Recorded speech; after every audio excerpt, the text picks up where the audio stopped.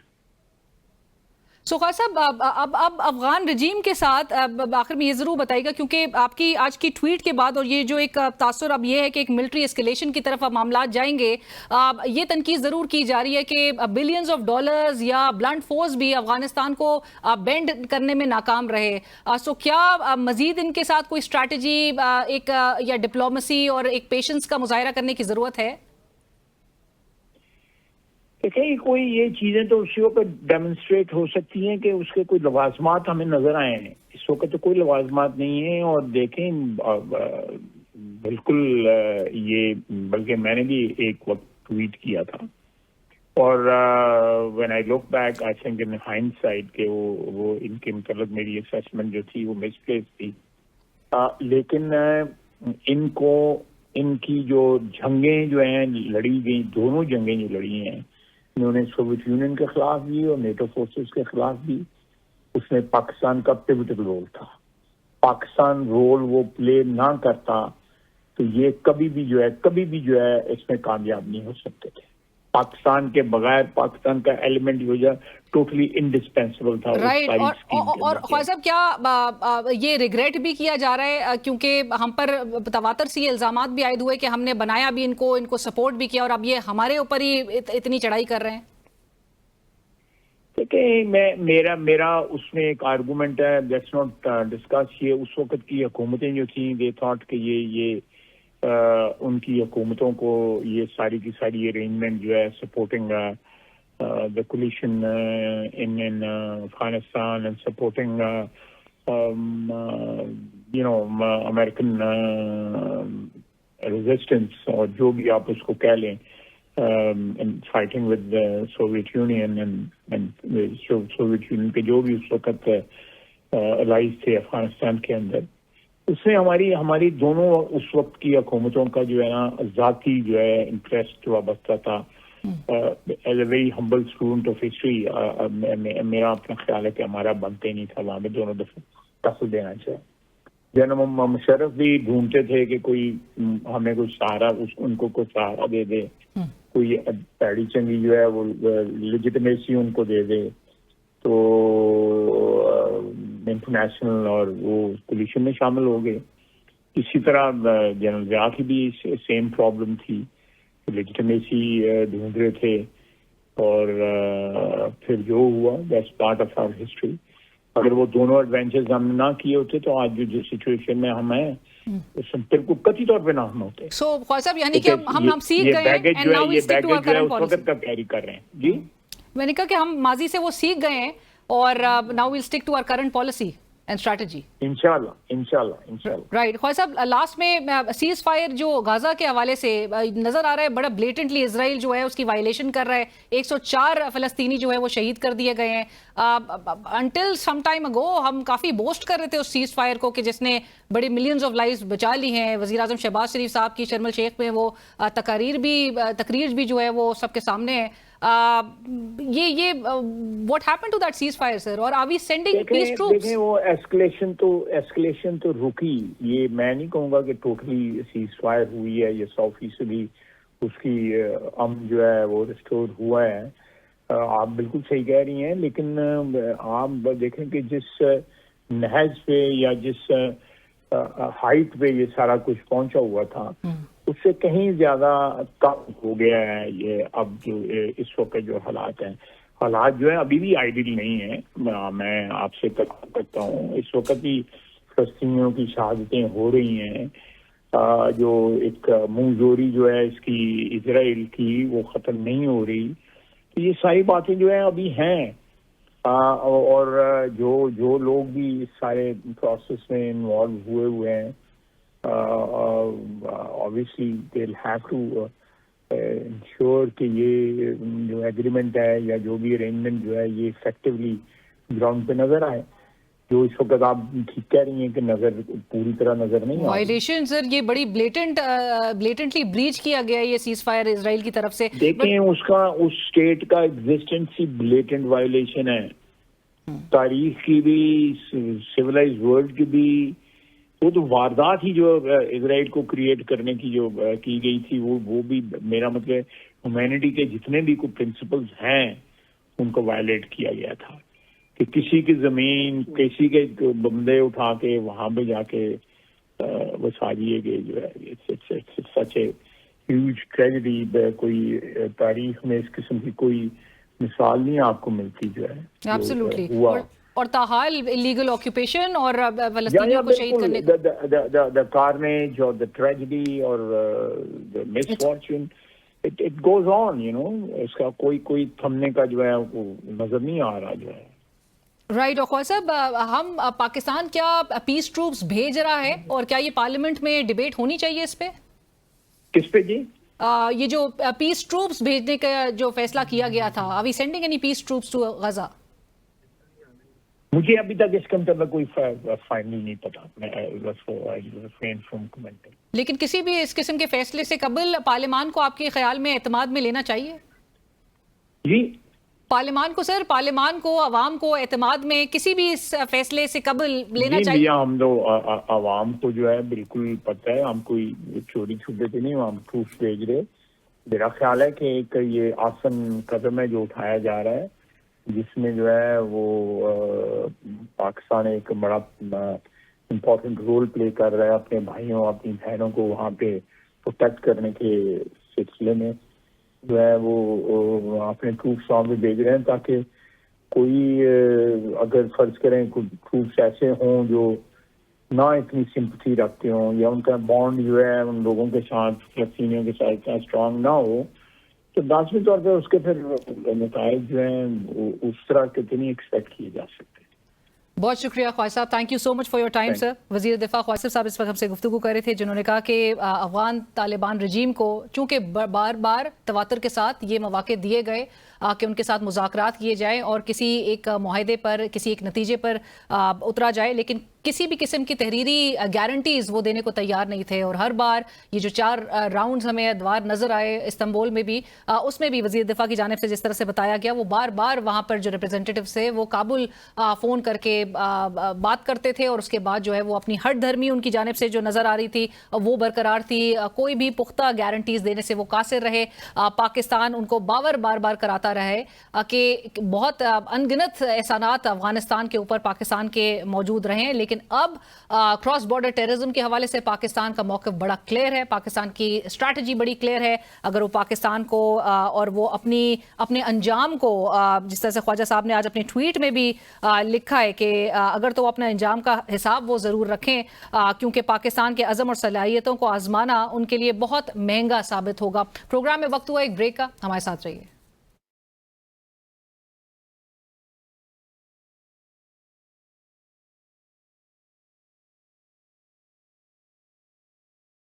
اور ناظرین, پاکستان تحریک انصاف کے اندر جو گروپنگز ہیں, جو ایک ڈویژن ہے, تقسیم ہے, پھر جو معاملات ہیں جن کے ساتھ وہ مذاکرات کرنے کے خواہاں ہیں, وہاں سے بھی کوئی سگنل بہرحال نظر نہیں آتا. یہ معاملات ان کے لیے کہاں جا رہے ہیں؟ وزیر اعلیٰ خیبر پختونخوا جناب سہیل آفریدی صاحب کا نام ایک بار پھر اب کل کی لسٹ پہ بھی سامنے آیا ہے. ان کی ملاقات تاحال نہیں ہو سک رہی ہے. کیوں نہیں وہ ملاقات کر پا رہے اور پاکستان تحریک انصاف کے ڈویژنز جو ہے وہ پی ٹی آئی کو کدھر لے کر جا رہے ہیں, کس جانب لے کر جا رہے ہیں, اس پر گفتگو ہوگی.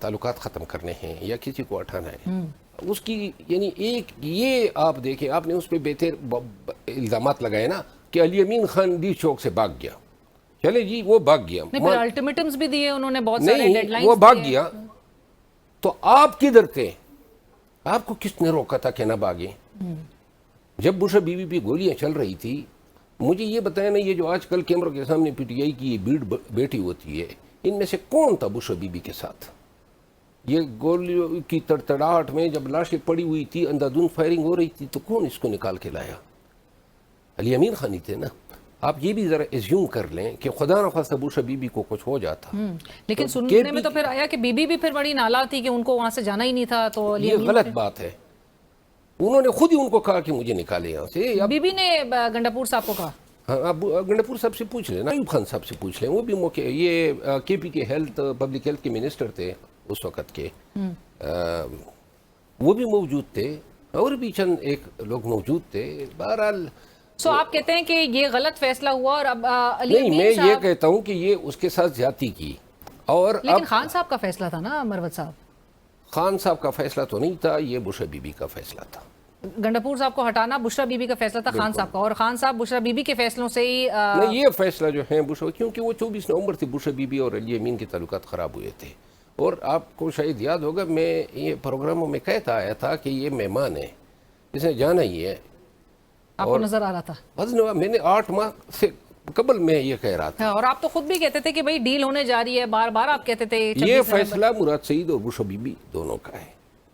یہ دیکھیں، وہ ٹھیک ہے اگر مطلب پارٹی یہ سمجھتی ہیں کہ وہ اب آپ اس سے فائدہ نہیں اٹھا سکتے یا مزید اور استعمال، علی امین صاحب کے حوالے سے تھا کہ وہ بڑا کلوز بھی سمجھے جاتے تھے، وہ خواجہ آصف صاحب اور دیگر جب بات کرتے تھے تو وہ صرف مذاق میں نہیں کہتے تھے، لیکن علی امین صاحب کا رویہ اور جن آپ کو پتہ ہے پاور کوریڈورز میں ان کی جو ان کے عہدے کے حوالے سے ہی جو ان کا انٹریکشن تھا، وہ ایک اچھا جسچر ان کی طرف سے بھی جاتا تھا، یہ وہ چیزیں کچھ وہ ایک راستہ نکال سکتے تھے۔ اب سہیل آفریدی صاحب کیا کریں گے؟ دیکھیے میں آپ کو ایک عرض کروں، علی امین خان جو ہیں، اس کا جو بھی انداز تھا، بہت ساری چیزوں سے اس سے مجھے اتفاق نہیں تھا، خصوصاً یہ جو وزراء کو نکالنے کا عمل تھا، میں اس کا بالکل حمایتی نہیں تھا۔ اچھا، یہ زیادتیاں تھی، اس کو نہیں کرنی چاہیے تھی، اور وہ تھے بھی دونوں وزیر، بلکہ وہ شکیل خان سمیت وہ تینوں مطلب ایسے نہیں تھے کہ ہم ان پہ بدعنوانی کا الزام لگاتے، وہ بڑے اپرائٹ لوگ تھے، تو یہ فیصلہ درست ان کا نہیں تھا؟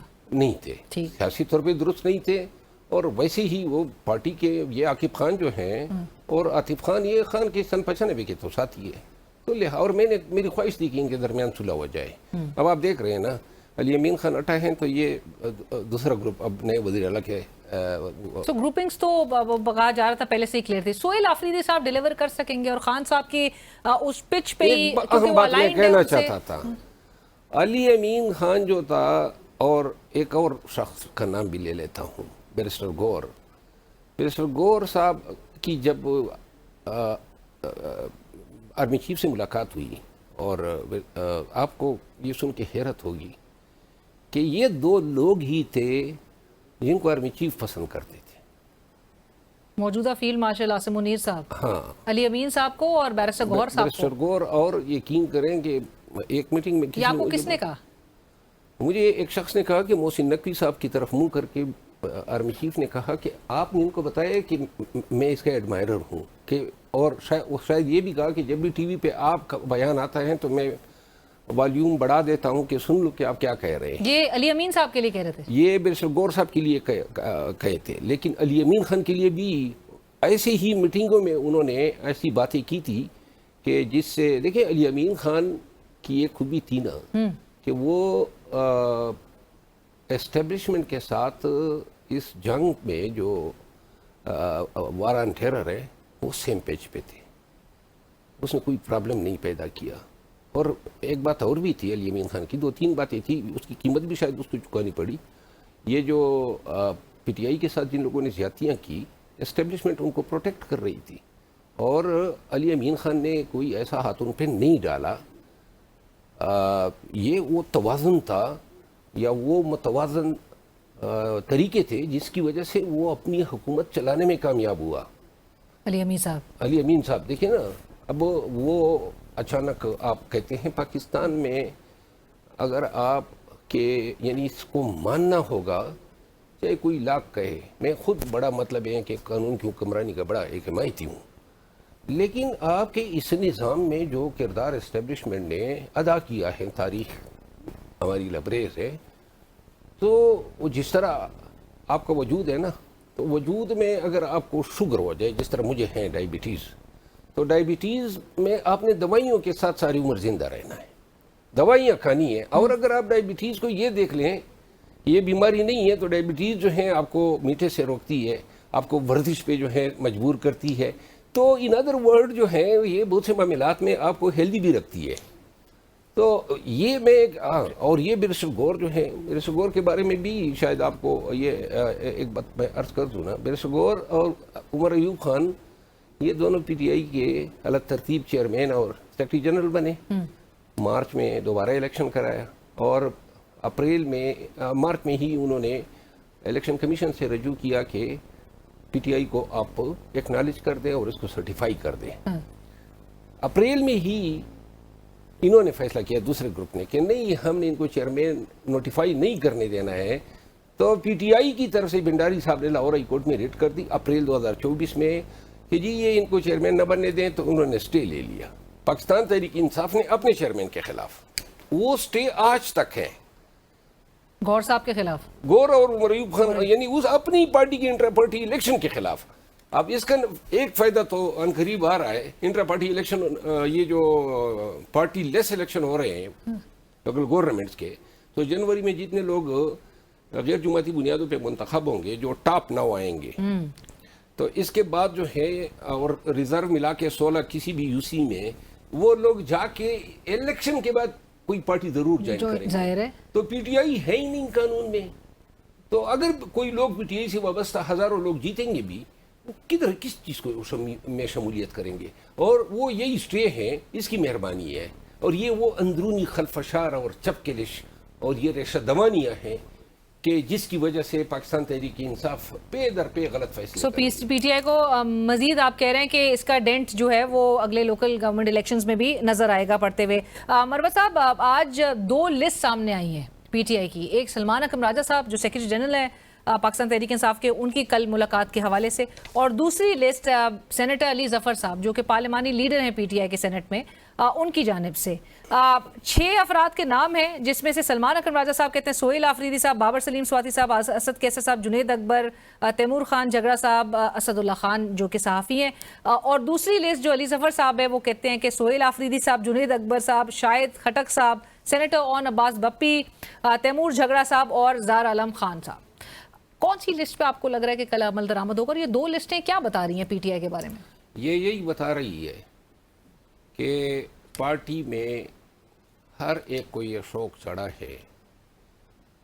اب علی ظفر صاحب جو ہیں وہ بڑے ڈوسائل سے آدمی، آپ کو علم ہے. ایک وقت تھا، میں آپ کو یاد دلا دوں کہ میں پارٹی کا سینئر نائب صدر بھی تھا، میں پارٹی کا ترجمان بھی تھا، میں خان کا فوکل پرسن بھی تھا، میں خان کا 74 لگ بھگ کیسز میں وکیل بھی تھا، میں خان کا اس وقت عارضی طور پر سیاسی جانشین بھی تھا، پورے ملک میں جلسے جلوس بھی کرا رہا تھا، یہاں تک کہ پنجاب کے لیے بھی ہر جگہ ریفرنس. ہاں، اور یہ کیوں تھا؟ اس لیے تھا کہ کوئی تا نہیں کہ یہ ڈیوٹیاں کرتے، سارے چھپے ہوئے تھے، کوئی مل نہیں رہا تھا.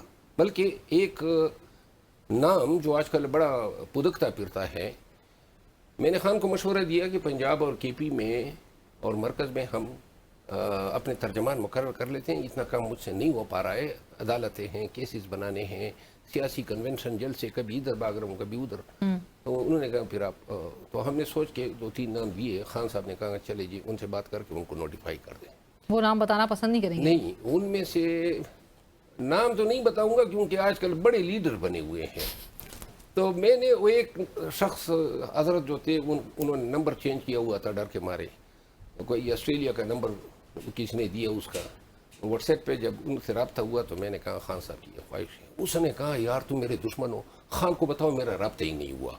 آج کل جب میں اس کی انقلابی تقاریر سنتا ہوں اور جس طرح وہ جناب طبل جنگ بجا رہا ہوتا ہے، تو کبھی تو جی کرتا ہے کہ جناب آپ وہ یاد دلائیں آپ ان کو. ایسے بھی لوگ ہیں پاکستان تحریک انصاف کے، پارلیمان میں بھی ہمارے ساتھ، جو کے پی سے تعلق رکھتے ہیں پرویز خٹک کے پاس جا چکے تھے اور انہوں نے پرویز خٹک صاحب کی پارٹی کو جوائن بھی کرنی تھی. انہوں نے ہی جیل سے چھڑوایا تھا, لیکن میں بدقسمتی سے ہم نے رکاوٹیں ڈالی. تو آپ کی رکاوٹیں ڈالنے سے پھر وہ رکے. ایسے اور بھی بہت اچھے نام ہیں. رائٹ. مروت صاحب آخر میں یہ ضرور بتائیے گا جو میں آپ سے پوچھنا چاہتی تھی کہ سہیل آفریدی صاحب آپ کے خیال میں وہ ڈیلیور, اور آپ چونکہ اب یہ باقاعدہ اشارہ دے رہے ہیں کہ یہ جو ابھی آپ نے سوال کیا نا, سلمان اکرم راجہ صاحب سیکرٹری جنرل فوکل پرسن, ابھی انہوں نے یہ بھی کہا کہ ترجمان بھی یہی ہے, خان کی بات یہ پہنچایا کریں گے. وہ جو نیاز اللہ نیازی صاحب ہے وہ بھی شاید بڑھ گئے, ترجمان بھی ہو گئے, وکیل بھی ہے, وکلاء کی جو کمیٹی ہیں اس کی بھی سربراہ ہیں, پولیٹیکل کمیٹی کے بھی سربراہ ہیں, کور کمیٹی کے بھی سربراہ ہیں, کشمیر کے ساتھ بھی. اب خان صاحب نے کل, ان کی بہن نے بولا یہی میرا ترجمان ہے سلمان اکرم راجہ صاحب, وہی پیغام دیں گے پاکستان تحریک انصاف کی لیڈرشپ اور عوام کو. اب میری ایک بات یاد رکھیے, یہ سارے کسی وقت میں میرے پاس بھی ہوا کرتے تھے, لیکن اتنی انپریڈکٹیبلٹی ہے پی ٹی آئی میں. یہ نومبر کا احتجاج اگر نہیں ہوا, اور میرا خیال ہے کہ یہ نہیں ہونے جا رہا ہے, اب مجھے اندازہ ہے کیا وجہ ہے؟ اب وجہ یہ ہے ڈر رہے سب, اور کیا ہے. تو آپ کے خیال میں یہ نہیں اکٹھے ہوں گے؟ میرا خیال ہے کہ نومبر میں اسلام آباد آنے کا پروگرام نہیں ہوگا, اور شاید یہی وجہ ہے کہ یہ کیسز جو ہیں وہ بھی 27 پہ چلے گئے. سو آپ خان صاحب کو اگلے سال بھی باہر آتے ہوئے نہیں دیکھ رہے ہیں جیل سے, جو پاکستان تحریک انصاف کی قیادت کا خان صاحب کے فیصلے ہیں جو ان سے کروائے جا رہے ہیں, اور انہی لوگوں کے ہاتھوں میں اس طریقے سے یہ بالکل بچپنے والے کام ہو رہے ہیں, بچوں کی طرح. آج ایک فلاں کے خلاف بیان داغ دے دیتا ہے, کوئی آرگنائزڈ طریقے, جس طرح آپ نے یہ فہرست دی کہ کس کی مانی جائے گی, تو لہذا ہر چیز میں ہر ایک آدمی کو یہ پڑی ہوتی ہے کہ کہیں سے میرا نام آ جائے. اور ورکر جو ہیں, اور یہ جو سوشل میڈیا صاحبہ ہے جو وابستگی کا دعویٰ کرتی ہے پی ٹی آئی کے ساتھ, کہ وہاں پہ واہ واہ ہو جائے. اچھا, اور یہ جو احمد چٹھا صاحب کو بھی جو ہٹایا تھا, وہ خان صاحب بھی سنا, ان کی بہن بتائی تھی کہ بڑے پریشان ہوتے ہیں, جو آپ بھی چونکہ جا کے ملتے تھے. اب جو پیغام باہر آتا ہے, بہت سارے لوگ ہوتے ہیں, بہت کچھ آگے بتا رہے ہوتے ہیں. خان کے نام پہ لوگوں کو جیلی طور پہ ٹکٹ بھی دیے گئے, عمران خان صاحب کے نام پہ. خان نے کہا ہے, یہ بھی سہیل آفریدی صاحب کابینہ بنا رہے ہیں نا, وہ تو ان کو اجازت دے دی ہے کہ وہ خود سے مختصر دے دیے. خان میں ان کے لوگ جائیں گے کہ خان نے کہا ہے فلاں کو بھی شامل کر دیں, مجھے پتہ ہے نا. اور آپ کے خیال میں وہ یہ کریں گے؟ میرا خیال ہے وہ بتانے والے پہ دار و مدار کرے گا کہ اس کی شکل دیکھیں گے. اور میرا خیال ہے یہاں پہ ابتدائی طور پہ کیونکہ نوجوان, لیکن کہہ رہے ہیں کہ پرانی کابینہ سے کوئی نہیں ہوگا, گنڈاپور صاحب کی کابینہ کا کوئی بھی نہیں ہوگا نئی کابینہ میں. یہ بھی میری بات یاد رکھیں, کل ہی کابینہ بن رہی ہے. کل کابینہ بن رہی ہے؟ ہاں, میرا خیال ہے 15 لوگ ہوں گے اور 90% وہی لوگ ہوں گے. علی امین صاحب کی کابینہ کے جو ہیں 90%, یہ آپ بڑی خبر دے رہے ہیں. کل اعلان کر دیا جائے گا اور 90% علی امین صاحب کی کابینہ کے ہی لوگ اس مختصر سی کابینہ میں شامل ہوں گے. دیکھیں, وہ علی امین خان کے چچا زاد تھے یا یہ علی امین خان کے خالہ زاد تھے, وہ بھی تو خان ہی کے لوگ تھے. علی امین خان نے ان کو مقرر کیا تھا, علی امین خان کے کھاتے میں لوگ شمار کرنے لگے. اور ان کی جو لائلٹی ہے وہ کس طرف ہوگی؟ وہ علی امین صاحب کے ساتھ ہی وابستہ رہے گی یا وہ سہیل آفریدی صاحب کے ساتھ بھی اسی ذیل کے ساتھ, اسی انتھوزیازم کے ساتھ کام کریں گے؟ یاد رکھیں, پی ٹی آئی میں ہمیشہ وابستگی عہدے کے ساتھ ہوتی ہے, تو جو چیف منسٹر کی کرسی پہ بیٹھا ہے وہی رہبر ہے. اور عہدہ اور پارٹی, آج بھی ہمیں وہ عالیہ حمزہ بتا رہی تھی ٹویٹ پہ کہ وہ تو سب عمران خان صاحب کی دین ہے. نہیں, عمران خان تو اب ذرا دور ہے نا, تو جو لیڈر کرسی پر بیٹھا ہے وہ لیڈر ہے. رائٹ. تھینک یو سو مچ شیر افضل مروت صاحب, بہت شکریہ پروگرام میں جوائن کرنے کے لیے. سینئر ماہر قانون, رکن قومی اسمبلی, پاکستان تحریک انصاف کے لیے ایک بڑا متحرک رول ادا کیا, عمران خان صاحب کے ساتھ بڑے قریبی ان کے ساتھی رہے. شیر افضل مروت صاحب اس وقت ہم سے گفتگو کر رہے تھے, اور اسی کے ساتھ ہی پروگرام میں بڑھیں گے ایک بریک کی طرف.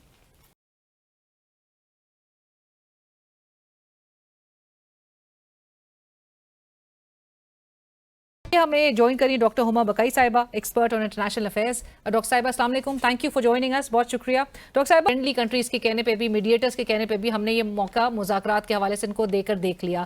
آپ کو کیا نظر آتا ہے کہ do you think this is the only option, ایک اوپن کانفرنٹیشن کے حوالے سے؟ نہیں جی, میرا خیال ہے کہ ہو سکتا ہے کہ مزید اسٹیٹس آن بورڈ آئیں ایز میڈیٹرز, اور میرا خیال ہے کہ دوبارہ ہمیں ڈائیلاگ کی طرف جانا چاہیے.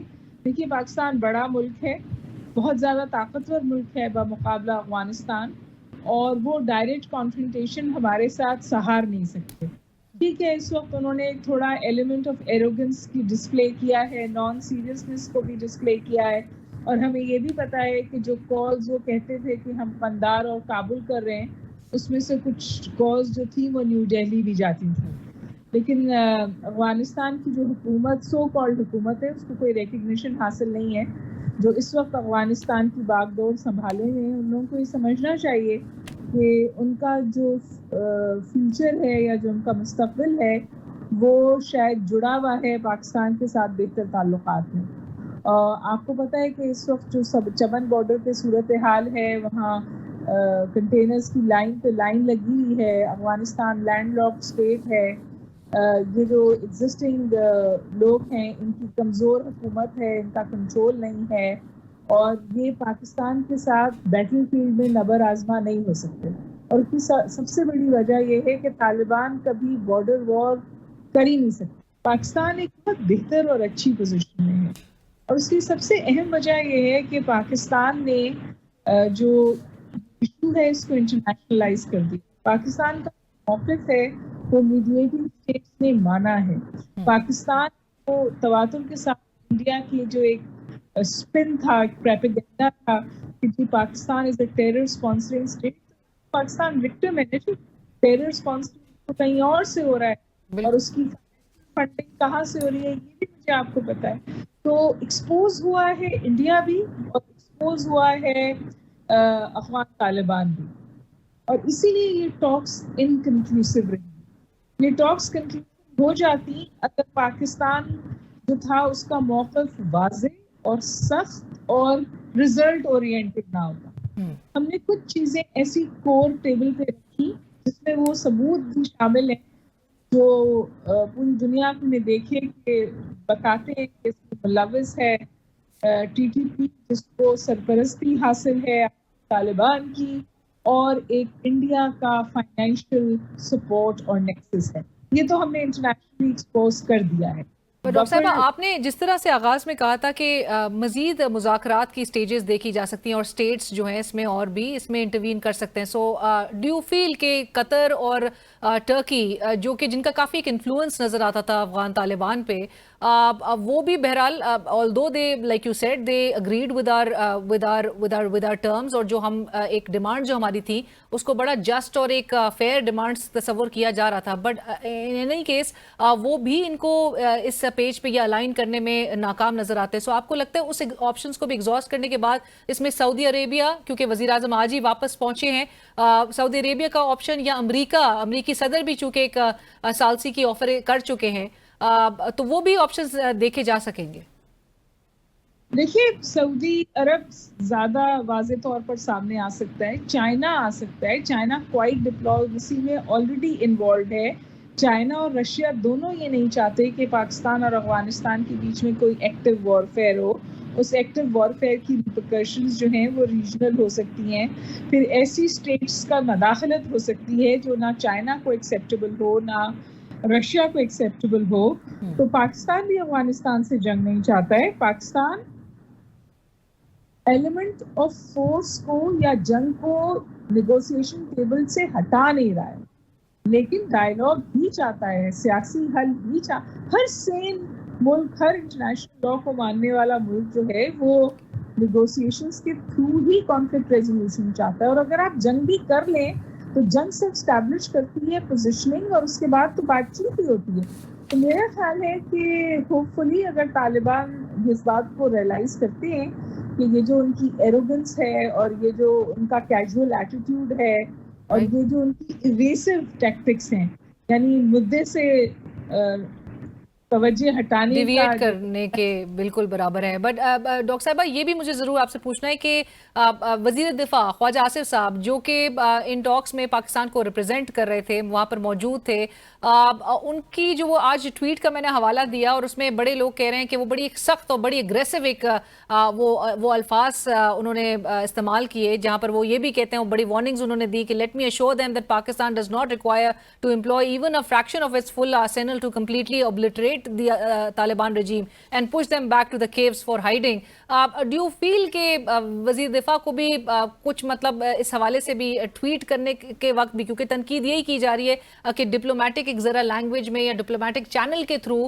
اس پر غور و خوض کرنے کی ضرورت ہے کہ مطلب ہمیں سینڈوچ نہیں ہونا between a hostile neighbour that already wants, جہاں پر آپ نے بھی کہا کہ ایک ڈائریکٹ ڈائلنگ ان کے درمیان جو ہے کابل اور نیو دہلی کے درمیان، وہ بھی سینیریو میں ایک بڑا ایک رول پلے کر رہی ہے. سو اس نہج پہ تو انڈیا پرہیپس ہمیں لے کر آنا چاہتا ہے کہ ہم افغان بارڈر پہ بھی پاکستان انگیج کرے. جیسے کہ تو میں آپ سے کہہ رہی ہوں کہ میرا خیال ہے کہ پاکستان کو فرسٹریٹ ہو کے ری ایکٹیو نہیں ہونا چاہیے. ہم پوزیشن آف پاور میں ہیں، ہم پوزیشن آف پاور میں رہیں گے. افغانستان بحیثیت ریاست کسی بھی فرنٹ پر پاکستان کا مقابلہ نہیں کر سکتا. اپنی جیوگرافی کی وجہ سے، لینڈ لاک سٹیٹس کی وجہ سے وہ پاکستان پر لٹرلی اپنی بقا کے لیے بھی ڈیپینڈنٹ ہے، اور پاکستان نے ہمیشہ ان کو اکوموڈیٹ کیا ہے.